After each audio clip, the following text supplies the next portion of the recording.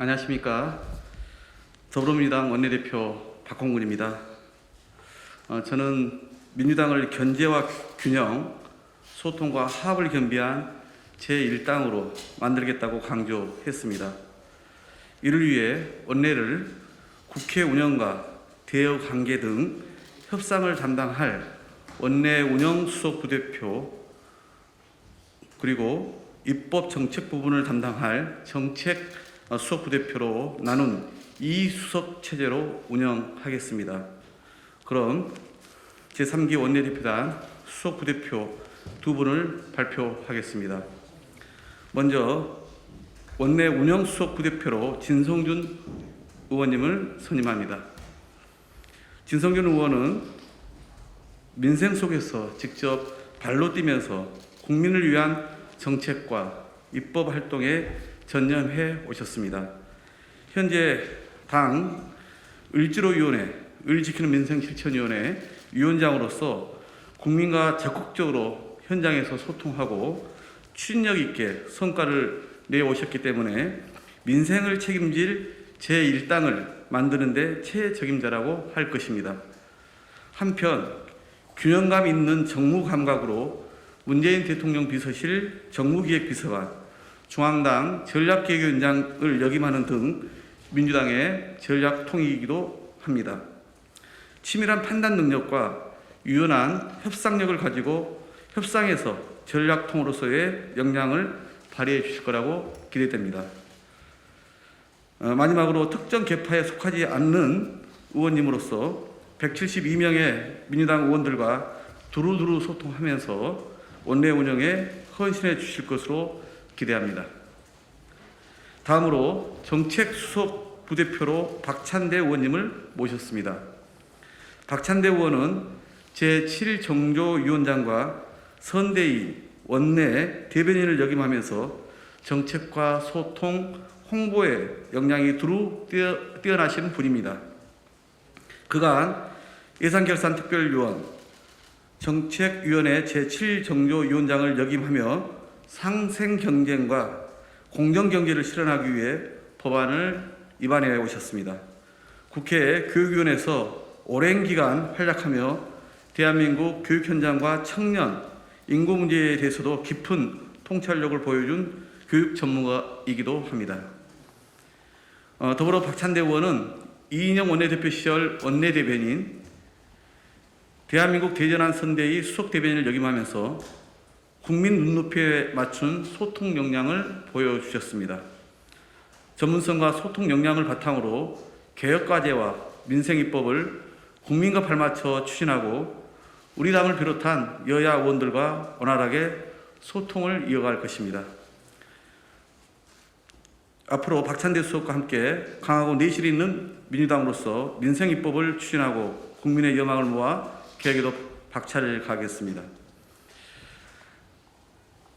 두 분의 프로필까지는 제가 소개를 했습니다. 이제 이 힘든 자리에 함께 해주시기로 하신 두 분께 감사드리면서 이제 주말 사이에 원내 부대표 중에 대변인단 발표를 할 예정입니다. 그러면 두 분의 말씀을 차례로 듣도록 하겠습니다. 네, 안녕하십니까. 원내 수석 부대표로 지명된 진성준입니다. 어려운 일이라고 생각합니다. 할 수만 있다면 사양도 하고 싶고 고사도 하고 싶습니다. 하지만 집권 여당에서 이제 야당으로 변화해야 될 상황에서 원내대표라고 하는 독배와도 같은 일을 자임에 나서신 박홍근 원내대표께서 함께 일하자라고 하는 그 충정을 차마 뿌리칠 수가 없어서 제가 감당하기 벅찬 일이고 또 어려운 일인 줄 알면서도 수락을 했습니다. 말씀드렸던 것처럼 저희 민주당으로서는 참으로 엄중하고 중대한 전환적 시기입니다. 이 시기에 제1당의 원내를 이끌어 가야 한다라고 하는 그런 무거운 책임을 맡게 되어서 제가 어떻게 잘 감당할 수 있을지 걱정이 앞서는 게 사실입니다. 하지만 박홍근 원내대표께서 그간에 아주 성실하고 또 치밀한 리더십으로 또 누구보다도 신에 있는 정치 활동을 해오신 분이기 때문에 당신의 지도를 받들어서 잘 보필하면 대과야 없지 않겠는가 하는 생각으로 소임을 감당하고자 합니다. 많이 도와주시기를 부탁드리겠습니다. 고맙습니다.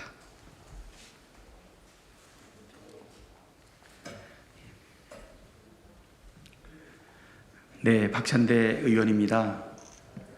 힘들고 또 귀한 책무를 맡게 되었는데요.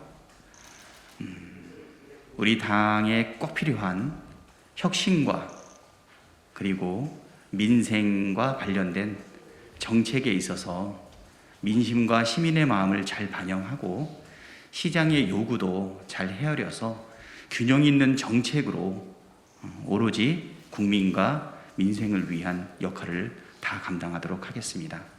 참 어려운 자리지만 박홍근 원내대표와 함께 잘 감당하도록 최선의 노력을 다하도록 하겠습니다. 감사합니다.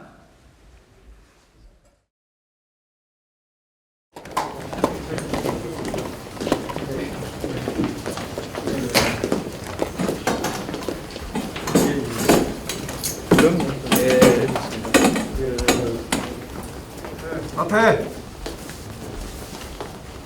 이제 원내 수석 부대표를 이제 최근 두 분씩 두고 있지 않았습니까? 그래서 어떤 분들로 이제 모실까 생각을 했는데 말씀처럼 한 분은 정무 판단력과 또 협상 진행 능력이 뛰어나신 분으로 모시게 되었고, 한 분은 정책이나 입법에 있어서 균형 감각도 있으면서도 디테일을 갖춘 분으로 모시게 되었습니다. 그래서 오늘 이렇게 수석 부대표 두 분을 발표하게 되는 것이고, 지금 생각은 일요일 오후쯤에는 이제 우리 원내를 대변할 그런 초선 의원님들 두 분으로 대변인 두 분을 좀 발표할 예정입니다. 그래서 아까 말씀드린 것처럼 좀 더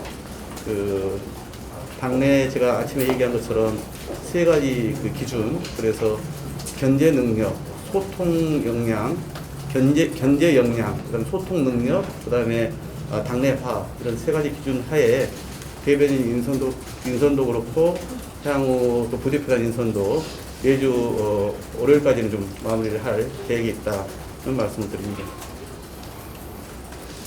혹시 궁금한 거 있으신가요? 네. 현안이요? 네. 경찰이 산업과 압수수색했다고 하는데 네, 아직은 저 기사를 오늘 전혀 지금 어제 오늘 못 보고 있습니다. 탈원전 관련해가지고 압수수색을 했다고 네. 글쎄 만약에 절차와 규정에 따른 것이라면 거기서 우리가 뭐라고 하겠습니까만은 정치적 의도가 있고, 더구나 대선 패배 이후에 어떤 그런 검찰이 그런 기획된 측면이 있다면 그건 우리가 좀 더 눈여겨보고 대응할 것을 대응해야 한다고 생각합니다. 대표님, 국민의힘 쪽에서 대표님께서 자본주의 시간이 장애인이라는 시간을 규탄하는 어떻게 되는데 국민의힘은 어떻게 생각하시나요? 제가 이제 사람으로서의 어떤 도리 문제를 다하는 과정이었다 이렇게 저는 생각을 하고요. 저도 기사를 다 보지는 못했습니다. 그런데 아시는 것처럼 이제 당시에 저 혼자 결정한 게 아니라 사실 박 전 시장을 곁에 모셨던 분들이나 시민사회나 서울시 분들이 다 상의해서 저를 집행위원장으로 요청을 했고, 그래서 장례 집행위원회의 입장에서 제가 장례를 좀 칠 수밖에, 책임있게 칠 수밖에 없는 그런 책임의 자리였다 이 말씀드리고요. 그 내용도 제가 좀 자세히 보진 못했습니다만은 이제 아마 이수정 교수가 이제 아마 이렇게 다 이제 뒤져보고 뒤를 캐신 것 같은데, 그런데 소위 이제 피해 후속이라는 용어 때문에 그러신 것 같은데, 제가 당시에 우리 당의 입장이나 또 장례 집행위원회 입장이 그때는 왜냐하면 사건이 시대 실체를 저희도 전혀 몰랐습니다. 그 누구도 장례 치는 사이에 무엇이 사건의 사실 이제 모르는 상황에서 장례를 칠 수밖에 없었고 당시에는. 그리고 제가 그 브리핑 내용에도 아마 제 기억으로는 제발 그 폐해 호소인이라는 표현을 쓰긴 했습니다만은 2차 가해 하지 마라, 중단해달라고 제가 오히려 호소하는 내용이었습니다. 그 부분 아마 검색을 정확하게 해보시면 될 것 같습니다. 물론 그 이후에 사실의 진상이 좀 밝혀지고 또 이 용어가 적절치 않았다는 것에 대해서 이제 서로 인식이 이제 같아지는 상황 아니겠습니까? 저는 그런 점에서 제가 충분히 사전 그런 것까지 고려하거나 인식하지 못하고 한 발언에 대해서는 당연히 잘못된 용어의 선택이었다 이렇게 말씀드릴 수밖에 없죠. 네. 네. 진성준 의원님이 평소에 좀 공부세 관련해서 확고한 입장을 많이 밝혀오셨는데 최근에 당내에서 부동산 세제 관련해서 여러 가지 좀 의견들이 갈리시잖아요. 그래서 약간 그런 원내도 그렇고 그런 부분에 대해서도 어떻게 논의하고 계신지. 글쎄 이제 저희가 지금 이제 뭐 상의를 해봐야 되겠습니다만은 정책구청을 많이 열겠다는 게 제 기본적인 방침입니다. 그래서 어떤 주요한 어떤 그 입장을 정리하는 데 있어서 지도부만 결정하는 것이 아니라 의원들의 총의를 모으는 과정 자체가 중요하다라고 보고 있고요. 그 중에 하나가 아마 부동산 세제와 관련된 부분 아니겠습니까? 저는 이 부분에 대해서도 이제 원내수석들을 맡으셨지만은 함께 의원들의 뜻을 모아나가는 과정인데 자유롭게 토론하되 거기에서 충분한 토론을 통해서 모아진 결론에 대해서는 또 서로 존중하고 가는 것이 민주정당의 기본 운영 질서이겠죠. 그래서 말씀하신 대로 저도 마찬가지로 다양한 생각을 그동안 내왔죠. 그건 개별 국회의원으로서 주어진 당연한 책무이고 권리입니다. 그러나 이제는 원내 지도부로서는 의원들의 그런 그 의견을 집단적으로 모아나가고 모아진 의견을 바탕으로 일을 추진하는 입장에 있기 때문에 향후 의원총회를 통해서 우리 진 의원님도 마찬가지고 저도 마찬가지고 우리 박 의원님도 마찬가지고 수석 두 분과 함께 그런 이제 그 차원에서 접근을 하겠습니다. 네. 원내대변인 선정 앞두고 계신데 이낙연계 의원 중에 후보를 선정하실 제가 지금 뭐 이렇게 뭐 너무 이렇게 특정 뭐 계파를 다 염두한다 이렇게 하면 마치 우리 안에서 실제 그런 것처럼 인정하는 것 같은데 제가 아까 말씀드렸잖아요. 3대 기준 중에 세 번째가 당내 화합을 얘기하지 않았습니까? 그렇게 좀 포괄적으로 이해를 해주시면 되겠고요.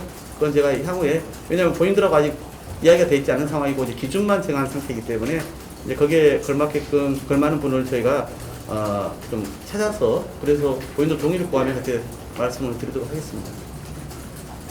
네. 아이뉴스 24 박정민 기자니까 예전에 민주당에서 원내대표 선거 얘기 나올 때 일부에서 새로 원내대표가 선출되면 원내대표께서 비대위원 비상대책위원 회의에 좀 일부 인사를 좀 추천해야 되는 게 아니냐 이런 의견이 있었는데 혹시 그런 비상대책 지금 비대위에 있어서 좀 추가 인선을 추천한다거나 그런 계획은 있으신가요? 글쎄 뭐 그런 계획이나 또는 그런 그 뭐 의사나 이런 게 따로 있지는 않습니다. 왜냐하면 오늘 그 당무위원회가 있지 않았습니까? 당무위원회가 조만간 중앙위원회 소집을 결정하는 회의였거든요. 그래서 중앙위원회 VR 안건 자체에 특례 규정을 둬서 비상대책위원회와 비상대책위원장에 대한 내용이 포함되어 있습니다. 그리고 거기에는 비상대책위원장을 누구로 한다는 그런 어떤 승인 인준의 건이 있기 때문에 저는 이제 지금은 이미 당의 일상적 의결 권한을 갖고 있는 당무위에서 오늘 또 이렇게 의결까지 됐기 때문에 원내대표의 입장에서 개인적 의견을 내는 것은 절차적으로나 좀 상황적으로 맞지 않다라고 봅니다. 네, 이 정도 하시죠. 네, 고맙습니다. 앞으로 이제 자주 볼 거니까. 네. 기정한다면 혹시 예정에 아직은 이제 좀 계획되지 않고 일단 원내 대변인들을 좀 정해져야 저희가 또 내부적으로 저희 또 생각도 좀 맞춰보면서 소통하는 시간을 갖지 않겠습니까? 저희가 최대한 하여튼 많이 시간을 갖도록 할게요. 네, 고맙습니다.